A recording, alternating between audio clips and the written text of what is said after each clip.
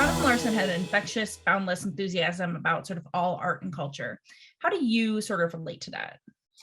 Same. I think, there's a great line in the film where he's having an argument with his best friend, and his friend says, "Oh yeah, because that's what the world needs, more art." And John responds with, "Yeah, it does actually. That will probably be the healing component that the culture needs. The artists, the poets, the sensitive, tender ones that have their hearts broken open over and over and over again, and can reflect back to us what it is to be a person, and how we can live according to the goodness of humanity, and the truth of what it is to be a human being."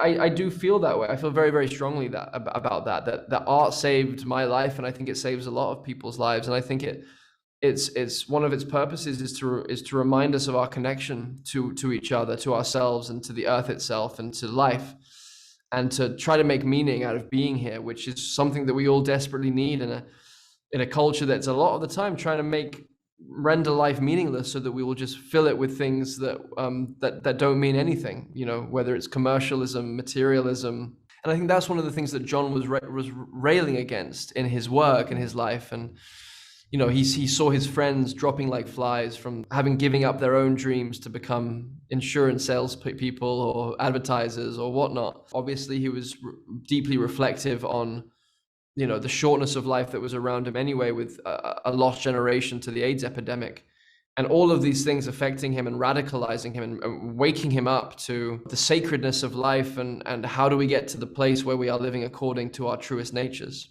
Jonathan Larson's sister is one of the producers on the movie, and I know that there are pieces of art that were in Jonathan's apartment that are in this apartment in the movie. Did you get to talk to any of the people that knew him personally, either before or after the filming? Yeah, a lot of people. Obviously his sister Julie, who was just this incredible supporter and resource, and just was a guiding light for us. And then lots of his friends and ex-lovers, and collaborators and family members. And then you got to see private family albums and home videos and all the rest of it. So there was just a plethora of resources to immerse myself in, so that I could just get on set and let Jonathan kind of channel through me and come through. And I just wanted him to follow his impulses, and for me to be the body and the face and the voice that was containing his kind of multitudes.